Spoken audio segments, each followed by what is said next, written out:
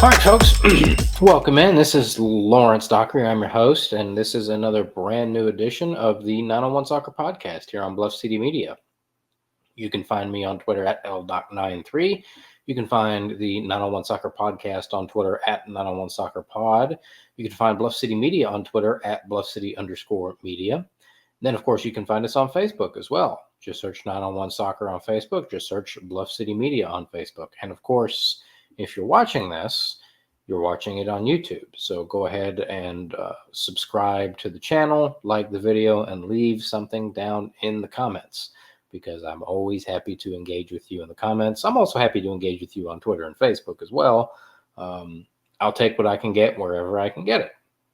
So, topic for tonight, Memphis 901 FC beats North Carolina 3-0 at home at AutoZone Park. Memphis 901 FC is now unbeaten in 11 straight home games, dating all the way back to the beginning of May. The last home loss for Memphis 901 FC was April 20th against Monterey Bay when they lost 2-1. Not so coincidentally, that is also the last time Memphis 901 FC lost a game in which they were leading at the half. They are now unbeaten in 10 straight games when leading at the half. So if you're leading in the half, if they're leading at the half and they're playing at home, odds are you're not beating them. So they're playing very well in that regard. So we're definitely going to talk about that. We're going to talk about the standings. At the time of recording, there are still games going on in the Western Conference, and this is one of the things that sucks about Memphis 901 FC being in the Western Conference, is that at the time of recording, playoff picture is still vague and not settled yet for the evening. And I think the second half of Las Vegas and Monterey Bay just kicked off, and I really don't want to wait up for that to be done because I'm very tired. But we will talk about the standings and what 901 FC looks like at the moment. I'll do my best to keep checking the live standings so that as I get to it, the information is as accurate as possible at that moment. No promises, though. I'm sure there's a lot can change between now and the time that I get done with this. I'm going to talk about the attendance. Obviously, not as great tonight as it was on Wednesday, which is disappointing. We'll talk about that. And then I'll let you know when and where. Well, we know where, but I'll let you know when and against who the last two Memphis 901 FC home games of the year are. So for tonight, 901 FC beats North Carolina 3-0. This is North Carolina's first season back in the USL Championship since COVID. Following the 2020 season, they dropped down to USL League One, and I think probably not so coincidentally, they lost their manager at that time, who was former U.S. men's national team boss Dave Saracen, who I actually had the privilege of meeting one time. Or actually, I met him twice. But I did at a press conference to announce the USA-Mexico friendly in Nashville in 2018. When the press conference was over, Dave Saracen pulled several of us aside and wanted to make sure we all knew that it wasn't official yet because they hadn't secured his release, but they were planning on Christian Pulisic being at the game. That was when Pulisic was still kind of making his way onto the scene. And then he and I just got to talking because I had been in the stands for the U.S. previous game in Nashville. It was that Gold Cup opener against Panama in 2017, and we were commiserating about how damn hot it was that day. I swear, the loudest that anybody cheered. What? Dom Dwyer scored a goal, and that was not the loudest it got in the stadium that day. The loudest it got in the stadium that day was when the clouds drifted in front of the sun. So we were commiserating about that, but he seemed like a great dude, kind of guy that you'd talk to for 5 minutes and felt like you'd known for 20 years. He was the North Carolina FC boss the last time they played Memphis 901 FC, and then they moved down to USL League One, and he left, and I think he took the Puerto Rico national team job. And I don't think that's a coincidence that he departed at the same time that drop happened. But North Carolina FC is back. Of course, but with the additions of North Carolina and Rhode Island in the Eastern Conference and the contractions of San Diego FC and Rio Grande Valley, or San Diego Loyal, and Rio Grande Valley last year, that meant that Memphis 901 FC and SC Tulsa got moved to the Western Conference, which brings us back to, I hate having to wait up to find out the results of these other games. So much easier in the Eastern Conference because everybody got done when you got done. Anyway, So tonight, 901 FC, I mean, right off the bat, has a huge advantage thrown their way as a player for North Carolina is sent off and shown a red card for the denying an obvious goal scoring opportunity. Here's what I'll say. I've had one or two people ask me about that particular call and about the refereeing in general. Um, I thought the referee was fine. Um, if you're North Carolina, you probably don't feel that way, which I get. You had a player sent off. Um, there were the first 3 minutes of the game. I do not think the referee did himself any favors, and he really uh, lost a lot of his credibility because I'm talking 10 seconds into the game, Bruno Lapa just gets crushed, and he does and I've done this before, and I have gotten killed for this before. You think it's a foul, you bring your whistle up to your mouth, and then you keep thinking about it and decide, nope, not a foul, put your whistle back down. You see this and then back down and your whistle doesn't blow, everybody knows that you are unsure of what's going on. And for that to happen 10 seconds into the game, that's not a great spot to be in. And then sort of the same thing happened on the red card. I thought it was a very easy red card for Dogso. Again, guys, if you remember, the 4 Ds of Dogso. The 4 Ds of Dogso are the distance from ball, distance from the goal, the direction of the attacker, and the number of defenders in the area. You have to check all 4 of those boxes. You have to be basically, there can't be any other defenders. You got to be in on the goal. You got to have the ball on your foot, and you got to be fairly close to the goal. And you have to check all 4 of those boxes to show the red card. And as a referee, you need to start going through that checklist in your head before the foul happens. Because as we saw tonight, if you wait until the foul happens to start going through that checklist, it takes 3-4 seconds, and it looks like you don't know what you're doing, and it looks like you're not sure of what it is that you're calling. And that's exactly what happened on that 3 or 4 second wait to call the foul, similar to the incident 10 seconds into the game, and then another 4, 5, 6 seconds to actually pull the red card out. Somebody mentioned that he went to the back pocket straight away, but took forever to pull the card out. I don't know if he got to his back pocket that early or not. Although, funnily enough, one of the reasons that you put the red card in your back pocket is that you give yourself an extra half second to think about it before you actually pull the card out. So that's kind of two ideas that are at odds with each other a little bit. But I thought it was a red. I'm sure North Carolina didn't. Very, very, very rarely do you as coaches or players have somebody sent off and go, yeah, that's a red card. It has happened. It doesn't happen often. So that's probably at least the second time this year where 901 FC has been the beneficiary of an opponent having a player sent off in the first few minutes of the game. I think it was the Tampa Bay game where somebody got sent off and 901 FC ended up putting 4 or 5 past them with that man advantage. And that's what happened tonight. North Carolina had their chances really more in the second half. There was a 10, 15, maybe even 20-minute stretch in the second half where North Carolina really looked like the better team. They had a lot of chances. 901 FC really struggled clearing the ball on corners, but it never felt like, there were a couple of almost type moments, but there wasn't ever any real wailing and gnashing of teeth. I think that's a biblical reference.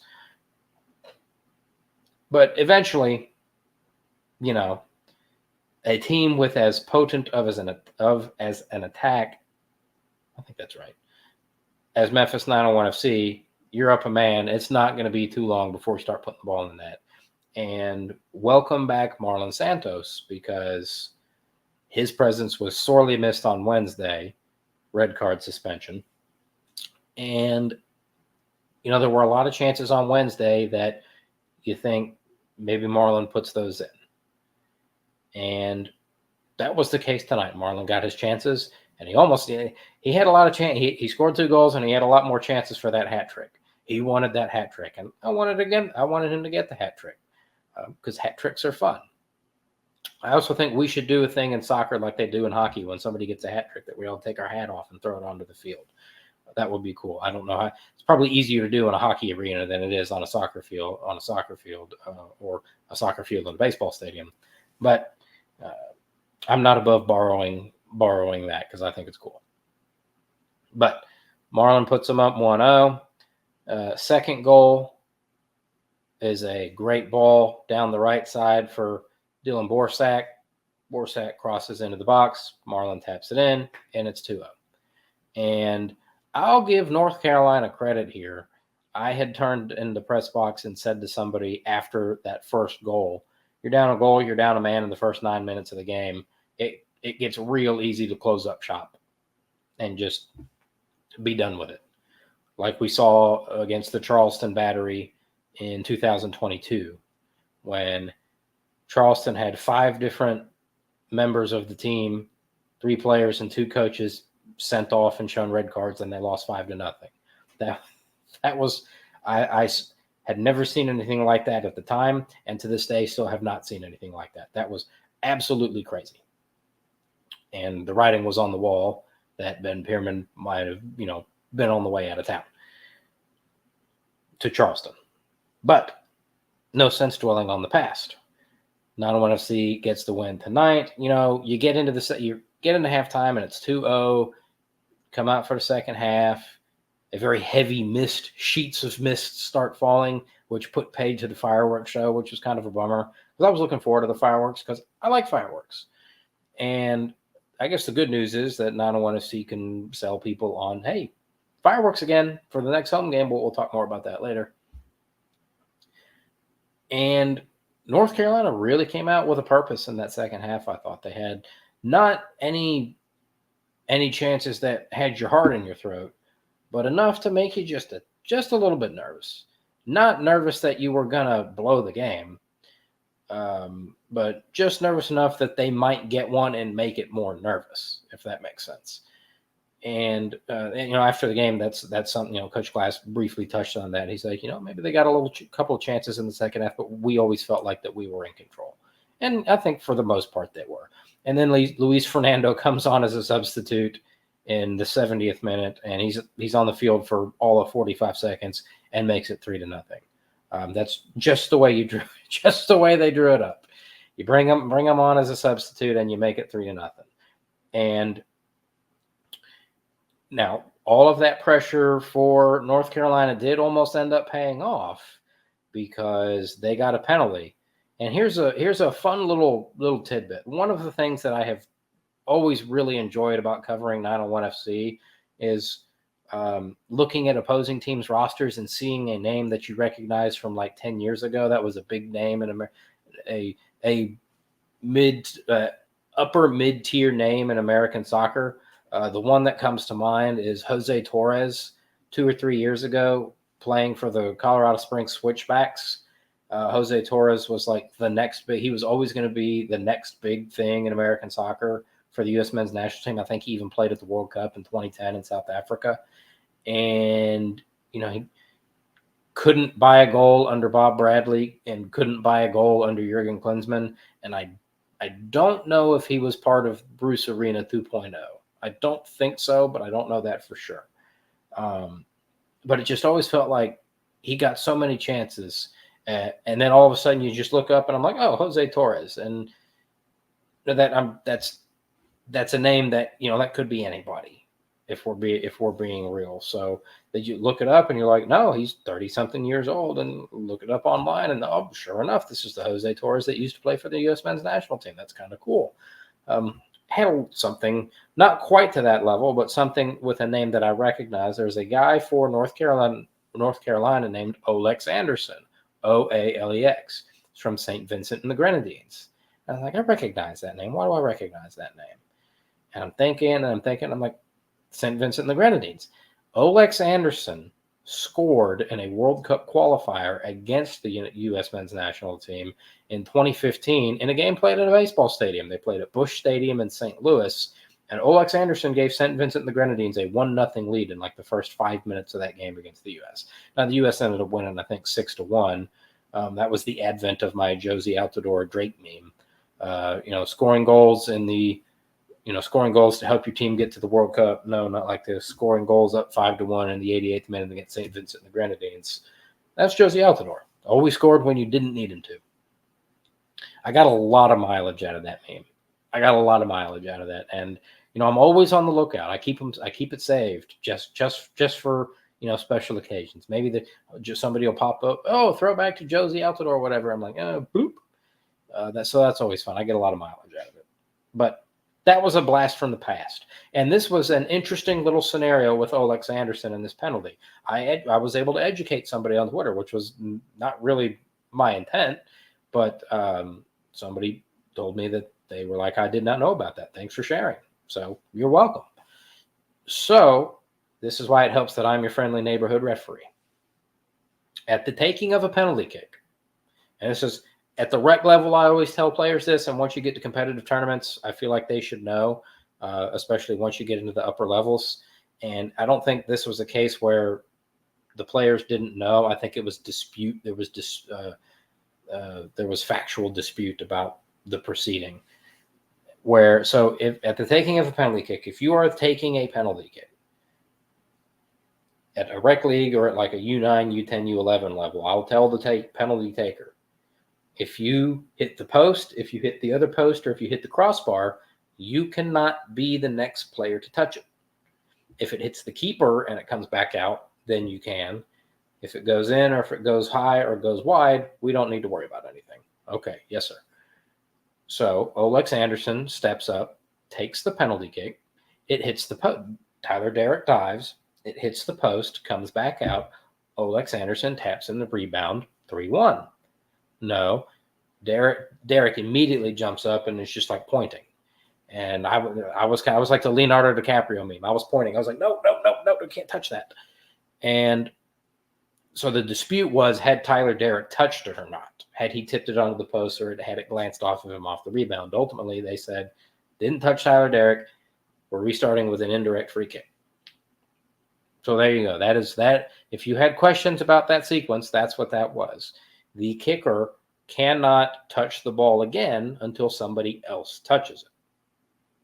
Why that's the case, I don't know off the top of my head, but that is the case. That is it. It's right there in the laws of the game. And but again, that was, even if he had, it was a little bit disappointing. I was like, I was in there going, no, he can't touch it. He can't touch it. He can't touch it. Now, if the referee had made some sort of indication, if he had allowed the goal to stand, I would have wanted to see some sort of indication from him that, Tyler, something like this, or, like they do in basketball. Anytime some dude just gets clobbered, they go, oh, deflection. But that's what that was. I thought that was, whether it was a penalty or not, I think it probably was. There were, after the game, some folks that were not super happy that was a penalty, and it's fine. I thought it was a penalty. In real time, I thought it was. I haven't seen the replays. Getting to see a replay at AutoZone Park is very challenging. And so usually I have to wait until it scrolls across the Twitter timeline. In which case, the angles are not great anyway. Again, this is one of the drawbacks to playing soccer in a baseball stadium. But anyway, 901 FC gets the win. Unbeaten in 11 straight home games. And unbeaten in 10 straight games when leading at the half. So where does that leave 901 FC? Well, coming into tonight, they were in 5th place in the Western Conference, and they had moved up to 3rd, but after a couple of other results went final, they dropped down to 4th. Right now, let me bebop over to the live standings. Let me refresh and update this, because they do it like Fox Sports, where at this moment, for me, unless it's the World Cup or something, just update it at the end of the night. Right now, 901 FC is still in 4th place at 43 points and a plus 11 goal difference. They are ahead of the Las Vegas Lights and the Oakland Roots, who are each on 40 points. The cause for concern is that I believe the Lights are still playing right now, or maybe they're both still playing right now. But they each have a game in hand on 901 FC. Now, one of those games for Oakland is against Memphis. That's October 5th at AutoZone Park. And for whatever reason, the USL's first tiebreaker is head-to-head points earned in regular season league games. And then it is goal differential in head-to-head matches, not just goal. See, this is stupid. Regular season goal difference is the 5th tiebreaker. That's stupid. Do it. Like, get on board with everybody else. Okay. Go. Anyway, that's not the time. I'll do it if and when we get screwed out of a home playoff game because the tiebreaker is stupid. Hopefully, it doesn't come to that. But if it does, I'm not going to be a happy camper, and I'm going to make sure that everybody knows about that. So right now, as it stands, 901 FC is in fourth place in the Western Conference. They are a point out of second. Now, Sacramento has 3 games in hand.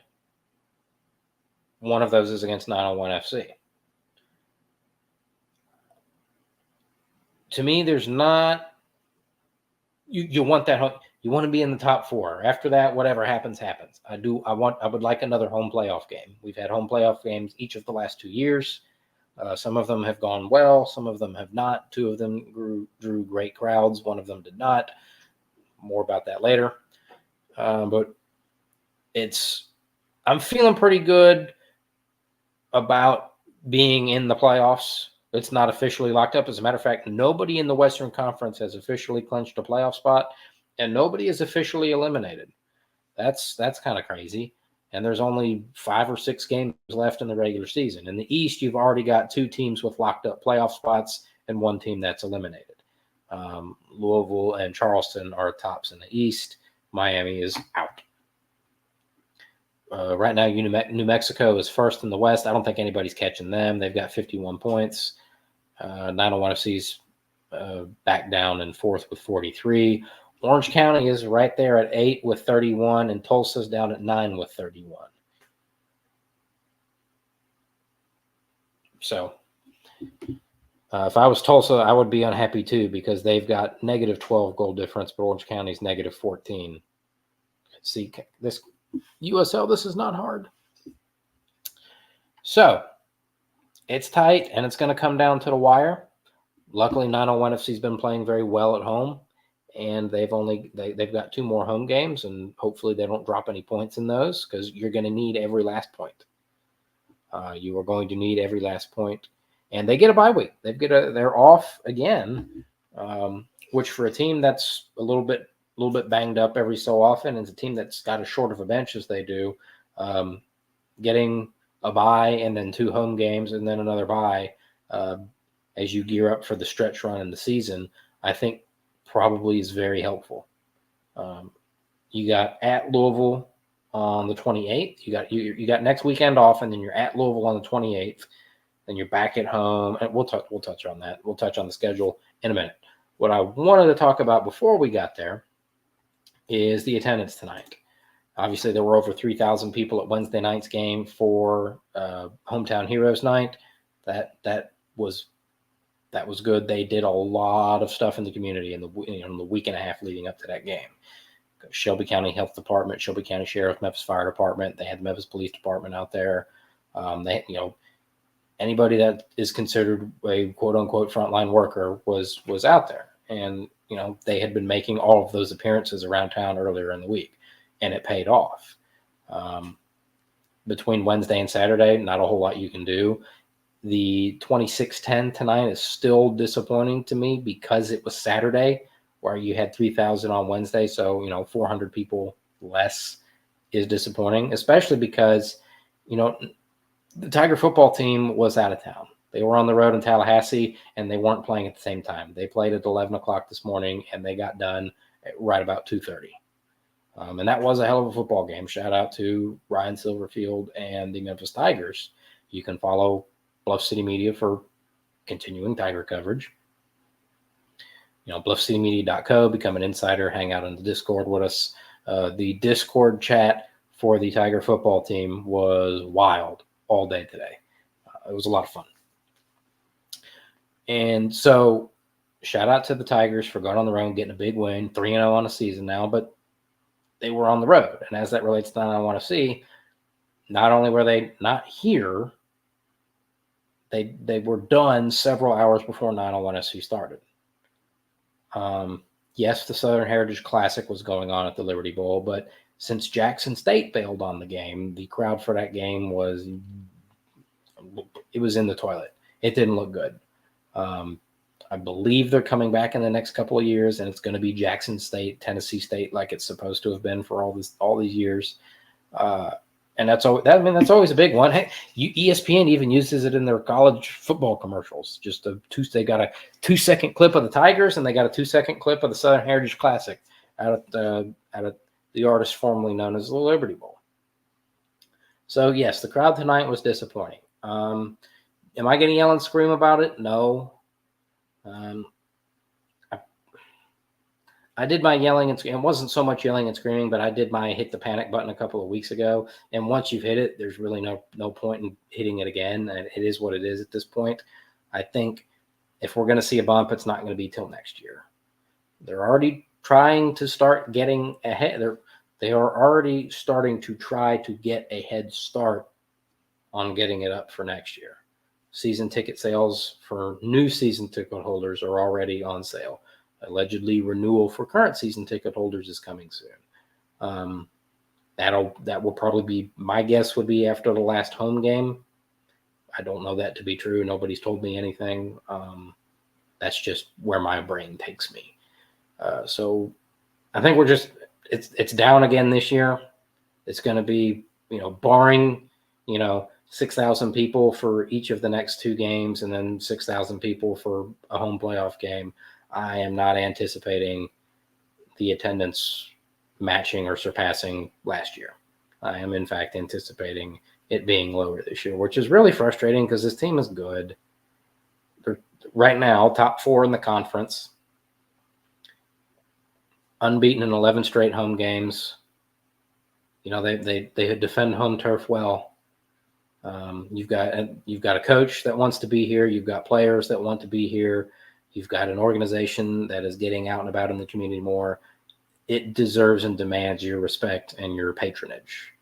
And if you're watching this game, you're probably already if you're watching this video, or listening to this podcast, you are probably already coming to the games.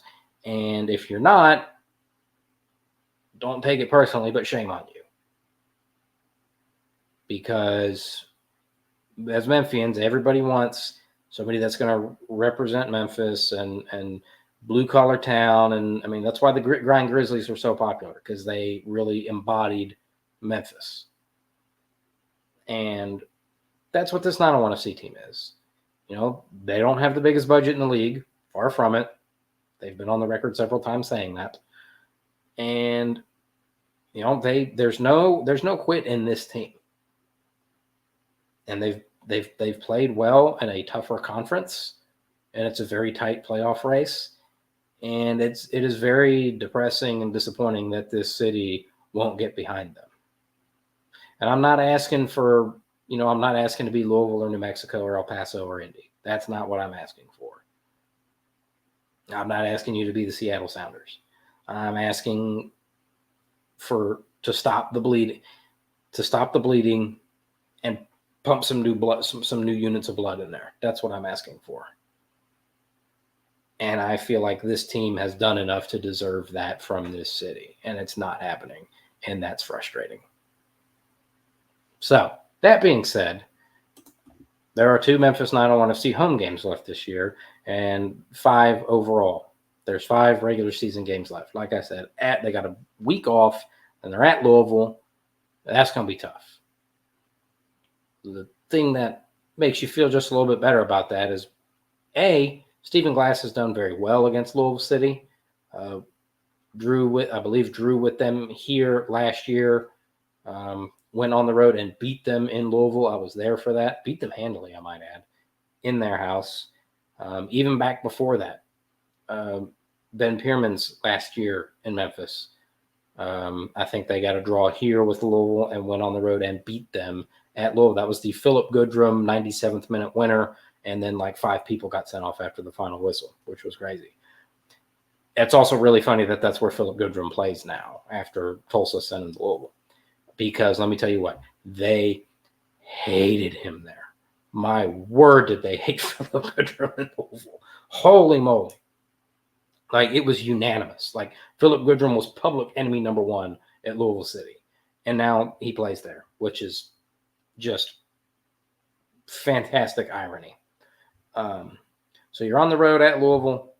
What makes you feel better is you've done much better. Like in the first year and a half to maybe even 2.5 years of 901FC's existence, um, every time you went to Louisville, they beat your ass down. And that has not happened, I think, in any of the last three meetings. Unfortunately, they did knock you out of the playoffs at home last year. That was a bummer. But you scored in the 32nd second, like 30 seconds into the game. It was wild. And then you lost on penalties. And that overtime period is like it was like the Oppenheimer. These things are hard on your heart because each team had a chance to win it, and each team gave the other team a golden opportunity, and they almost blew it. So I think it was a fair result that it got to penalties, and I don't want to see just came up a bit short. So that was a bummer. But your recent run of form against them suggests that, plus Louisville having already clinched a playoff spot, they may not be pedaled to the metal. They may be, instead of switched on 100%, they may only be switched on 95%. And, sometimes that's all the difference. And then you have two more home games for 901FC. October 5th against Oakland Roots at 7 p.m. and October 12th against Sacramento Republic at 7 p.m. And those are teams right in the same point range as you. So those are very, very, very important home games. For the love of all things holy, please, people, come out and support that team at those games because it might make the difference. Again, fine margins. When all things are equal, it's the stuff in the margins. And home field advantage is one of the things in the margins. So then they close it out at Phoenix and at New Mexico. If I'm not mistaken, they closed out at New Mexico last year and got pounded. I know they got pounded in Phoenix last year, and I had forgotten this until Wednesday night.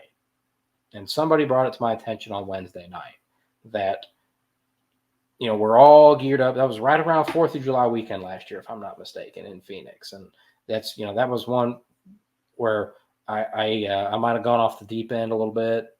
That Phoenix and that San Antonio game combined 10-0 in two games. And that was that entire month of July where they didn't get a win, which was crazy because right before that, they had been on a 12-game unbeaten streak. And that Phoenix game, I couldn't understand why it was 6-0. That was when we're all geared up, and then we didn't get to see the first 15 minutes of the game because ESPN was playing cornhole, and by the time they flipped it over, it was already like 3-0, and it was like, why are we even watching at this point? And I think 901FC was asking themselves that same thing, and it finished 6-0. I had forgotten that Stephen Glass was not on the sideline for that game. Stephen Glass had been sent off in the game before against Charleston. And the reason that I didn't remember this is because I was not at that Charleston game. That was when I had been picked to go referee at regionals down in Baton Rouge and I missed the Ben Pierman return game, which was a major bummer. Not only because I wanted to say I hated Ben Pierman, but also because that was a whale of a game. And I missed it. It was one of only two games that I missed last year. And so I am not anticipating 6-0 again. I am not anticipating that. Right now, Phoenix still is the reigning champs. Whether they get to, they're down in 7th right now. Let me update the standings. Things might have changed since the last time we checked these here. I hate this website. These things take so, whatever. Memphis 901FC still in 4th. And I think all those games are final now because, well, I'm not sure. But Phoenix is down in 7th place at 33 points. They've got 3 games in hand on 901FC. It is crazy. 901FC's played more games than anybody else in the conference. And I feel like they've had a lot of time off. I don't know. I guess there was also a stretch where they were doing 3 games in 7 days, and 3 games in 8 days. I think there were like 3 weeks in a row where they did that, maybe. But anyway, so you close out the season at Phoenix and then at New Mexico. New Mexico will have their playoff spot locked up by that game. Again, maybe you'll catch them with their foot off the gas. But 901FC's done a little bit better on the road this year than you would have thought. They got a draw at Oakland. They went down and beat the dog crap out of Miami. They got a win in Detroit. They got a draw at Vegas. They won at El Paso. They drew at Monterey Bay.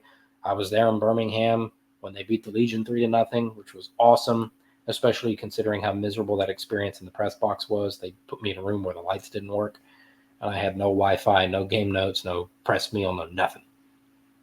So, it's a tough run to close out the season. Don't get me wrong. That's 5 teams that are all currently above the playoff line.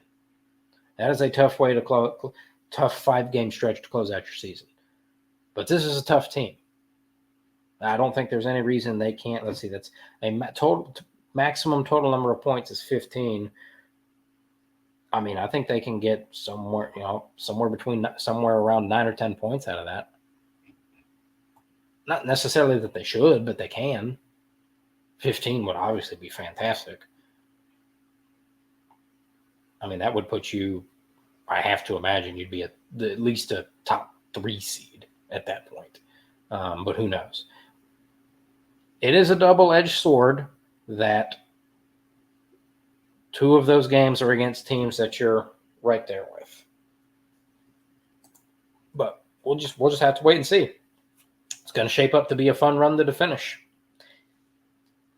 Prayers up for a home playoff game.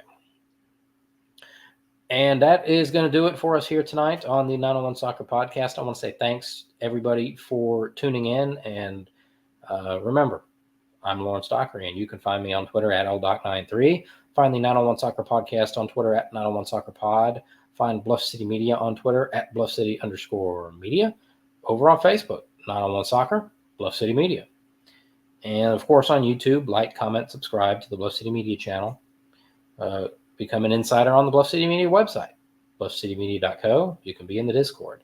Lots of soccer coverage, not just Memphis 901 FC, but the University of Memphis. The women have a home game tomorrow night. Though, of course, by the time this video gets posted, that game will have long since passed.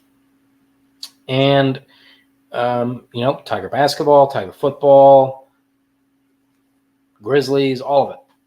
Like, if there's sports in Memphis, Bluff City Media is on it. So you should definitely subscribe and become an insider because you'll get all the deets, all of them. That is going to do it for us here tonight. Thanks, everybody, for coming along with me as I ramble aimlessly and sometimes aimfully. Anyway, thanks, everybody, for tuning in, and we will talk to you sometime in October.